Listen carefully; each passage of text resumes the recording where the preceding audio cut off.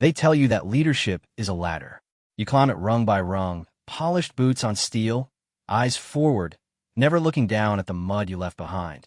But what happens when the ladder breaks?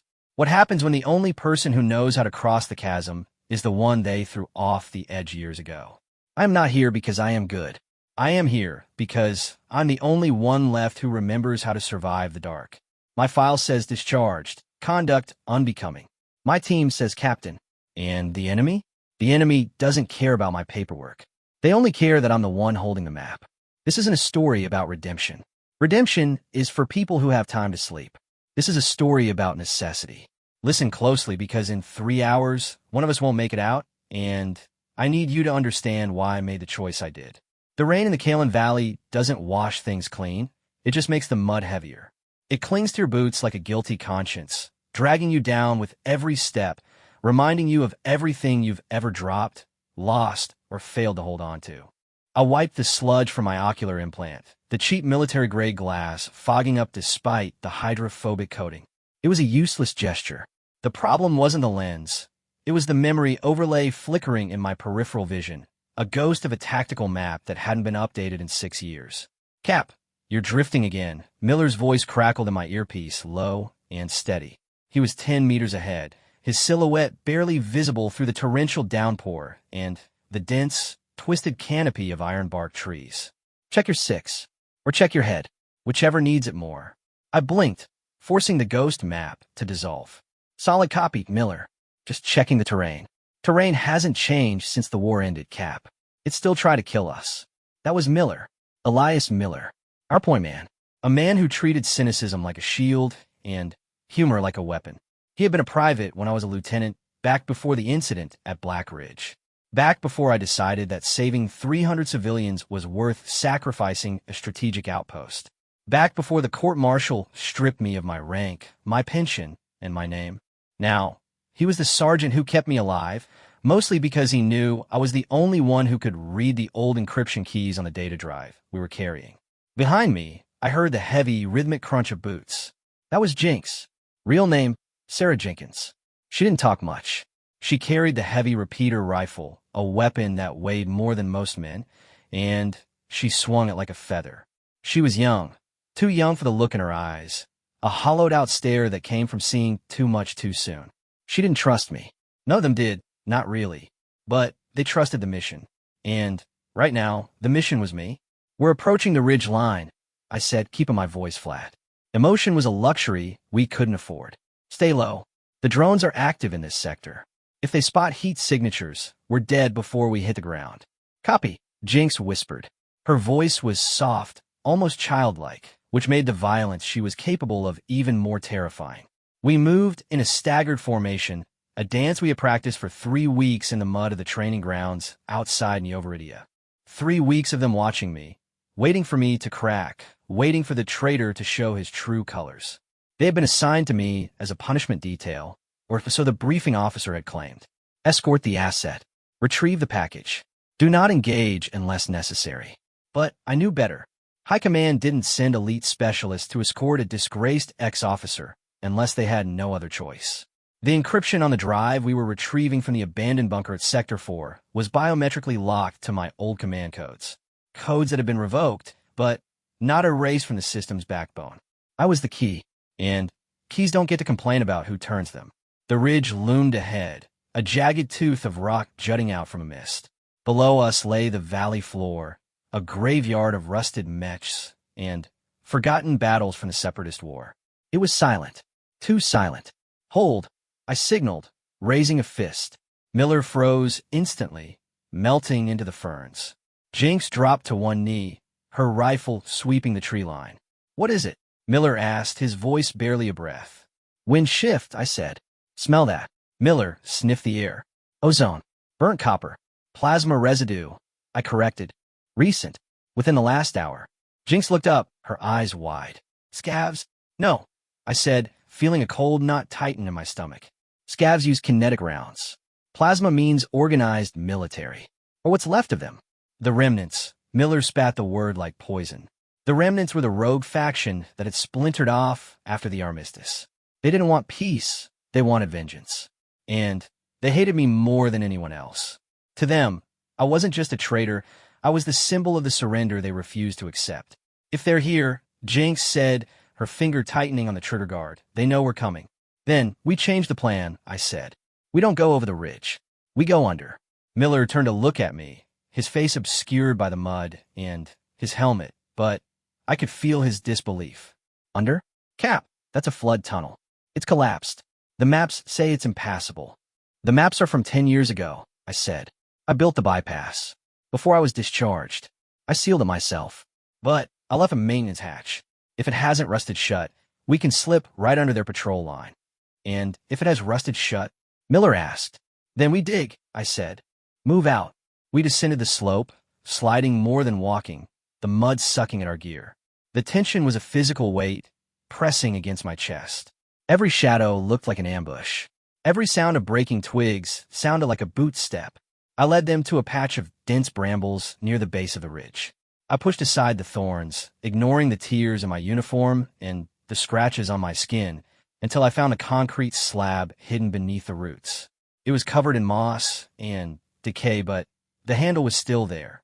A simple iron wheel, rusted but intact. Jinx, give me a hand, I said. She stepped forward, holstering her rifle, and grabbed the wheel. Together, we pulled. It groaned, a metallic shriek that echoed in the small clearing. For a second, nothing happened. Then, with a shudder, the slab lifted. A blast of stale, damp air hit us, smelling of rot and old oil. After you, Miller said, stepping back. He wasn't being polite. He was letting me take the first risk. If there was a trap, I'd be the first to die. Fair enough. I clicked on my shoulder lamp and dropped into the darkness. The ladder was slick, but rungs held. I descended 10 feet, then 20, until my boots hit solid ground. I swept the light around. It was a narrow tunnel, barely wide enough for 2 people to walk abreast. Pipes lined the walls, dripping condensation. Clear, I called up. Miller dropped down next, followed by Jinx. She landed lightly, like a cat, and immediately scanned the darkness with her night vision goggles. This place gives me the creeps, she muttered. It's supposed to, I said. It was designed to hold prisoners during the siege. Now it's just a hole in the ground. Stay close. The air quality might be poor. We moved forward, the beam of my light cutting through the gloom. The silence here was different. It wasn't the silence of the forest. It was the silence of a tomb. As we walked, I couldn't help but think about why I was here. Why High Command had dragged me out of my exile in the borderlands. They needed the data. The drive contained the launch codes for the orbital defense grid. If the remnants got it, they could blind the planet's shields. If we got it, we could reset the system. Simple. Except nothing was simple when you were leading a team that looked at you like you were a bomb waiting to go off. Cap, Miller said, his voice echoing slightly. Why did you really do it? At Black Ridge. I didn't stop walking. I had expected this question. I had dreaded it. I told the court. The intel was faulty. The outpost was compromised. I had to evacuate the civilians in the valley below. The outpost was empty. Bullshit, Miller said. There were 12 men in that outpost. Your men. You left them to die to save a bunch of refugees who weren't even in the direct line of fire. They were in the crossfire, I said, my voice hardening. And yes, I left them, because if I had tried to extract them, the remnants would have overrun the valley. 12 lives versus 300. It's math, Miller. Cold, hard math. It's not math, Jinx said softly. It's murder. I stopped. The tunnel seemed to close in around us. It's command, I said. Command is making the choice that lets you sleep at night, even if the dreams are bad. I don't sleep well, Jinx, but those 300 people do. They have families. They have lives. My 12 men knew the risk when they signed up. The civilians didn't. Miller stepped closer to me, his face inches from mine in the dim light. You think that makes you a hero? You're a coward who hid behind a moral excuse. I'm a leader who made a call, I said, holding his gaze. And now, I'm the leader who's going to get you out of here alive, whether you like me or not. So, are we done with the history lesson? Because I hear water moving ahead. Miller stared at me for a long moment, his jaw tight. Then he stepped back. Lead on, Captain. We continued, the tension thicker than the humidity. The tunnel opened up into a larger chamber, a junction where several pipes converged. In the center stood a rusted valve wheel, much larger than the one above. This is the main sluice gate, I said. If we open this, We flood the lower section. It'll wash out any pursuit, but it'll also make our exit harder. Do we need to? Jinx asked. Not yet, I said. But keep it in mind. As I reached for the valve, a sound froze my blood. A mechanical whirring. High-pitched. Familiar. Drones, Miller hissed. Ow, Jinx whispered. We're underground. Ventilation shafts, I realized. They tracked our heat signature down the ladder. They're coming in through the vents. I looked up. Above us, a grate in the ceiling began to rattle. Dust fell from the cracks. Down, I shouted. We dove behind the concrete pillars just as the grate exploded inward. 3 small, spider-like drones dropped from the ceiling, their red optical sensors scanning the room. They weren't armed with guns. They were armed with tasers and net launchers. Capture, not kill. They wanted me alive. Jinx, disable them. I ordered. Jinx popped up from behind her pillar, her rifle barking twice. The first shot took the lead drone out of the air, spinning it into the wall. The second shot missed, sparking against the concrete. Too fast, she yelled. Miller rolled out from his cover, throwing a flashbang. The bang was deafening in the enclosed space, a white-hot burst of light that blinded the sensors. The drones stuttered, hovering erratically. Now, I screamed. I ran toward the valve wheel. I didn't have time to turn it slowly. I grabbed it and spun it with all my strength. The metal groaned, protesting decades of neglect. Water began to hiss from the joints. Miller fired his pistol at the remaining drones, hitting one in the chassis. It sparked and fell, twitching. The third drone recovered from the flash, its sensor locking onto me. It launched a net. I ducked, but the net clipped my shoulder, tangling my arm. I stumbled, falling to my knees. The drone hovered closer, charging its taser prongs. Cop! Jinx yelled. She didn't shoot. She couldn't risk hitting me. Instead, she charged. She slammed into the drone with her shoulder, knocking it off course. It crashed into the wall, its taser discharging harmlessly into the stone. I ripped the net from my arm, the fibers tearing my skin. I got back to the valve and gave it one final, desperate heave. With a thunderous roar, the sluice gate opened. A torrent of black, icy water rushed into the chamber, sweeping everything before it. Run! I yelled. We scrambled up the side tunnel, the water rising rapidly behind us. We climbed a ladder at the far end, the water nipping at our heels. When we reached the top, we collapsed on the wet stone floor of a new tunnel, gasping for air. That, Miller panted, wiping water from his face, was too close. They know we're here, I said, checking my ammo count. And they know I'm leading. They'll send more than drones next time. Jinx was shaking, not from fear, but from adrenaline. You saved us, she said, looking at me with a new expression. Confusion? Respect? You could have let them take you. It would have been easier. Easier isn't the job, I said, standing up. Survival is. Come on. The bunker is half a click east. We need to move before they seal the exits. We moved out, the water draining behind us, leaving a trail of evidence. But as we walked, I couldn't shake the feeling that the drones were just the beginning. The remnants didn't make mistakes. They didn't send 3 drones to catch a high-value target. They sent them to hurt us, to push us exactly where they wanted us to go. And I had a sinking feeling I knew exactly where that was. The bunker at Sector 4 wasn't a bunker in the traditional sense. It was a relic of the old world, a subterranean server farm buried beneath the ruins of a pre-war city. The entrance was a heavy blast door, half buried in rubble, marked with the faded insignia of the United Earth Coalition. It looked impenetrable. It looked like a tomb. Check the perimeter, I ordered, my voice low. The rain had stopped, replaced by a thick, suffocating fog that clung to the ground. The silence was absolute, broken only by the distant drip of water from the ruins above. Miller and Jinx fanned out, their movements synchronized. They had learned to trust my commands, if not me. That was progress. Or maybe it was just desperation. Clear, Miller reported from the left flank. No signs of recent activity. But the dust, it's disturbed. Disturbed how? I asked, moving toward the blast door. Footprints. Heavy boots. Military grade. Leading away from the door, not toward it. My heart skipped a beat. Leading away? Yeah, like someone left recently. Or dragged something out. I reached the control panel next to the door. It was dead, the screen cracked and dark. But I knew the manual override. I knelt down, pulling a multi-tool from my belt. I jammed it into the service port, and began to bypass the lock. My hands moved automatically, muscle memory taking over. This was the same model of door we had used at Black Ridge. The same encryption. The same flaws. Cap, Jinx said, her voice tense. I don't like this. If they left, why are they gone?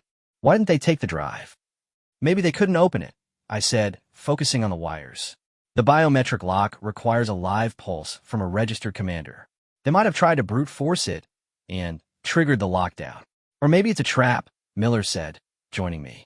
Maybe they're waiting inside. Possible, I admitted. But we don't have a choice. The drones will have alerted their main force. We have maybe 20 minutes before they surround this sector. We go in, we grab the drive, we leave. Fust. The lock clicked. A heavy thud echoed from within the door as the bolts retracted. I pushed. The door groaned, swinging inward on rusty hinges. Darkness yawned before us. Lights up, I said. We stepped inside. The air was stale, smelling of ozone and decay. The corridor was long, lined with server racks that stretched into the shadows. Emergency lights flickered intermittently, casting long, jerky shadows that danced like ghosts. Stay in formation, I whispered. Miller, front. Jinx, rear. I'll handle the console. We moved deeper into the facility. The silence was oppressive. Every step echoed, amplifying the sense of isolation. I felt eyes on me, not from my team, but from the darkness itself. The past was here, in these walls. I had spent months in facilities like this, planning strategies, moving pieces on a board while real people died in the field. I had become detached, cold, and now that coldness was the only thing keeping me focused. We reached the central hub, a large circular room with a console in the center. Above it, suspended from the ceiling, was a cylindrical container, the secure storage unit for the data drive. There, I pointed. Miller swept the room with his rifle. Clear. No hostitas. Too easy, Jinx muttered. I approached the console. It was active, the screen glowing with a faint blue light. A message scrolled across it. Access denied. Biometric verification required. Standard procedure, I said. I placed my hand on the scanner. The light turned red. Error. User not recognized. Damn it, I hissed. They revoked my access completely. Even the backdoor codes aren't working. Can you hack it? Miller asked. Not without time. And we don't have time. Suddenly, the lights in the room flared bright white, then dimmed to a sinister red. A voice boomed from the speakers, distorted and static-filled. Welcome home, Commander Vance. I froze. I knew that voice. It was gravelly, rough, like stones grinding together. General Kale, the man who had commanded the remnants. The man who had been my mentor before the war tore us apart. Kale, I said, my voice steady despite the chill running down my spine. You look tired, Elias, Kale's voice echoed. Exile doesn't suit you. You were born for command. For war. I'm done with war, Kale. Give up the drive. It's over. Kale laughed, a dry, hacking sound. Over? It's just beginning. You think you saved those civilians? You only delayed the inevitable. The coalition is weak. Corrupt. They need a strong hand. They need order. And I will bring it. You'll bring tyranny, I said. Semantics, Kale replied. Now look around you, Elias. Look at your team. Do they trust you? Do they believe in you? Or are they just following orders, waiting for you to fail again? I glanced at Miller and Jinx. They were watching me, their expressions unreadable, but I saw the doubt in their eyes. Kale was playing them. He was trying to break the fragile bond we had built. Ignore him, I said to my team. He's trying to distract us. Am I? Kale asked. Or am I telling the truth? You left your men to die, Elias. You sacrificed them for a principle that doesn't exist. And now, you've led these two young souls into a trap, just like Black Ridge. Shut up, Miller growled, aiming his rifle at the speakers. Shoot all you want, Sergeant, Kale said. But the doors are sealed, and the oxygen scrubbers are offline. You have 10 minutes of air left. Unless, of course, you give me the captain. The room went silent. The red light pulsed like a heartbeat. He's bluffing, I said, though I wasn't sure.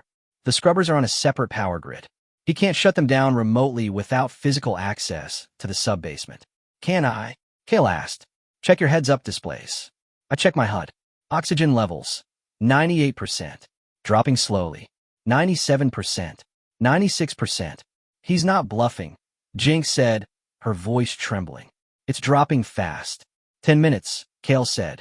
Surrender the captain, and I'll let you walk. Refuse, and you suffocate in the dark. Choose. Miller looked at me. Then he looked at Jinx. Then back at me. Gop. I looked at the console. There had to be a way. Kale was arrogant. He liked to monologue. He liked to play games. And games had rules. Jinx, I said quietly. How much C4 do you have left? 2 blocks, she said. What? The console is connected to the main power relay, I said, pointing to a panel on the wall behind the console. If we blow the relay, it should trigger the emergency backup systems, including the doors. And the oxygen? Miller asked. The backup generators kick in automatically. But it'll take a minute. We'll have to hold our breath. And Kale? Miller asked. He'll be stuck in the control room on the other side of the blast doors. He won't be able to override the manual release once the power cycles. It's risky, Miller said. Everything is risky, I said. Do it. Jinx nodded. She moved to the wall panel, planting the C4. Miller covered her, his rifle trained on the shadows. I watched the oxygen counter. 85%. 80%. Ready, Jinx said, stepping back. Fire in the hole, I said. The explosion was muffled, but the shockwave knocked us off our feet. Sparks flew from the console, and the lights went out completely. For a second, there was total darkness. Then, the emergency lights flickered on, yellow and dim. A hiss of air filled the room as the ventilation system restarted. The blast door groaned and began to open. Go, I yelled. We scrambled toward the exit. But, as we reached the door, a figure stepped out of the shadows. He was tall, wearing a tattered uniform and a mask that covered the lower half of his face. He held a pistol, aimed directly at my chest. Hello, Elias, the figure said. It wasn't Kale. It was someone else. Someone familiar. I stopped. My blood ran cold. Rian. Rian lowered his mask. It was Rian Thorne, one of the 12 men I had left at Black Ridge. The man whose brother had died in my arms. You survived? I whispered. Barely, Rian said, his eyes hard. I spent 5 years in a POW camp because of you. 5 years of torture. And you? You got a medal for moral courage before they stripped it away. You gotta live. Rian, I save it, he snapped. Kale promised me justice. He promised me you. Miller raised his rifle, but Rian was faster. He fired. The bullet grazed Miller's shoulder, spinning him around. Jinx shouted, firing back, but Rian ducked behind a server rack. Stop, I yelled. Rian, listen to me. Kale is using you. He doesn't care about justice. He cares about power. Shut up. Rian screamed. You don't get to talk. You don't get to explain. He popped up and fired again. This time, the bullet hit the console, sparking wildly. Jinx, flank left. I ordered. Miller, stay down. I moved forward unarmed. Rian, look at me. I didn't leave you to die because I didn't care. I left you because I had no choice. And I've lived with that every day since. Rian hesitated. His gun wavered. Liar. Ask Miller, I said. Ask him what I did after the discharge. I didn't retire. I went to the camps. I tried to find you. I spent 3 years searching for survivors. I couldn't save your brother, but I tried. Rian's eyes widened. You came for us? I couldn't get in, I said, my voice breaking. The security was too tight, but I never stopped trying. I never forgot you. Rian lowered his gun slightly. The anger in his eyes was mixed with confusion. Pain. Cap. Miller groaned from the floor. He's reloading. Rian looked at Miller, then back at me. Why are you here, Elias? Why now? Because the world is ending, I said. And I need your help to stop it. Rian stared at me for a long moment. Then he sighed. A sound of exhaustion, of defeat. Kale is in the control room. He has the drive. He's preparing to upload the virus to the defense grid. Can you get us in? I asked. Rian looked at the blast door, then at his gun. Yes, but you have to promise me one thing. Anything, I said. When this is over, Rian said, you turn yourself in. You face the court again. You tell the truth. Not the PR version. The truth. I nodded. I promise. Rian holstered his gun. Follow me. We followed him through the corridors, the tension shifting from hostility to a fragile alliance. Rian moved with a limp, a reminder of the price he had paid. But he knew the layout. He led us to a service elevator that went up to the control room. As we rode up, the silence was heavy. Miller was bleeding, but he refused treatment. Jinx watched Rian with suspicion, and I watched the floor numbers climb, knowing that the hardest part was yet to come.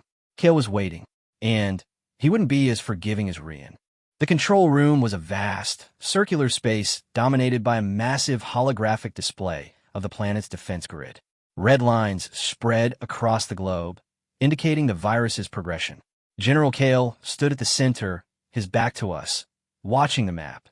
He wore a pristine uniform, a stark contrast to the grime and blood on our clothes. Sentimentality, Kale said without turning around. It's your greatest weakness, Elias. And your only strength. It's fascinating. Step away from the console. Kale, I said, raising my pistol. Miller and Jinx flanked me, weapons ready. Rian stayed back, his face pale. Kale turned slowly, a smile playing on his lips. Or what? You'll shoot me? And destroy the only terminal that can stop the upload? The virus is already at 80%. In 2 minutes, the shields will drop. The remnant fleet will enter orbit, and the coalition will fall. There's no fleet, I said. We intercepted your communications. You're bluffing. You don't have the ships. Kale's smile faltered for a fraction of a second. Clever. But do you want to take that chance? I don't have to, I said, because I know how this system works. I helped design it. I stepped forward, lowering my gun slightly. The upload requires a dual-key authorization. One from the admin, yourself, and one from the security chief, which was me. Kale frowned. You're no longer the security chief. But my biometric signature is still in the kernel, I said. And you can't override it without triggering a system purge. If you try to force the upload, the system will wipe itself. You'll get nothing. Kale's eyes narrowed. You're lying. Am I? I asked. Try it. See what happens. Kale hesitated.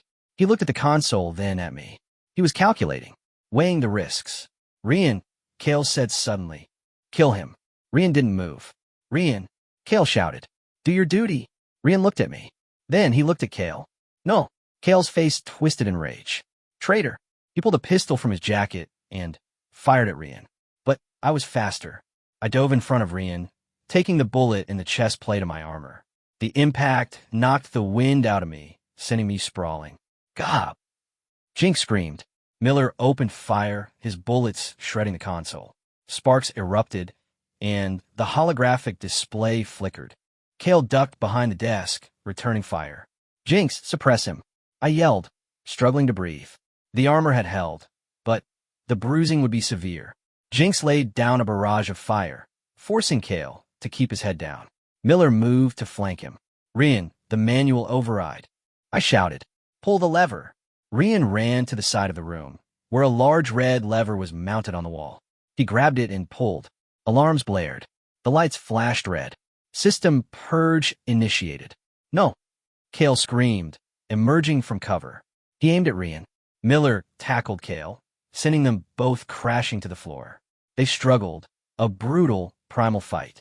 Kale was stronger, but Miller was angrier. He landed a punch to Kale's jaw, then another.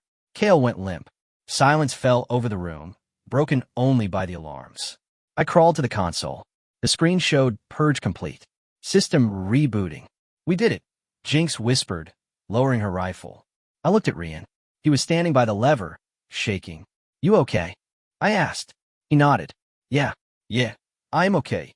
Miller stood up, wiping blood from his lip. Kale was unconscious on the floor, bound with zip ties. What now? Miller asked. Now, I said, we wait for extraction. And then, I keep my promise.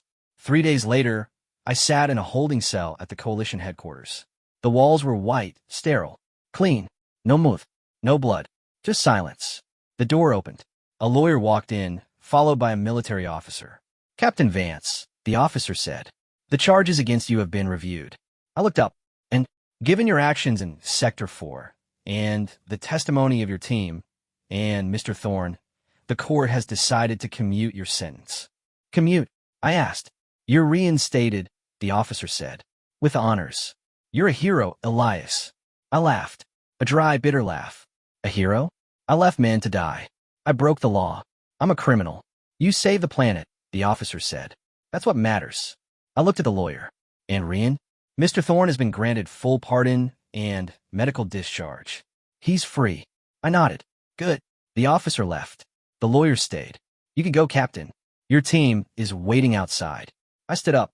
My body ached, but my mind was clear. I walked out of the cell into the hallway. Miller and Jinx were there, along with Rian. Miller grinned. So, Hero, what's next? I looked at them. My team, my friends, my pennants. Next, I said, we find the others. The ones we left behind. And we bring them home. Rian smiled. For the first time in years, it was a real smile. We walked out of the headquarters into the sunlight. The rain had stopped. The sky was blue.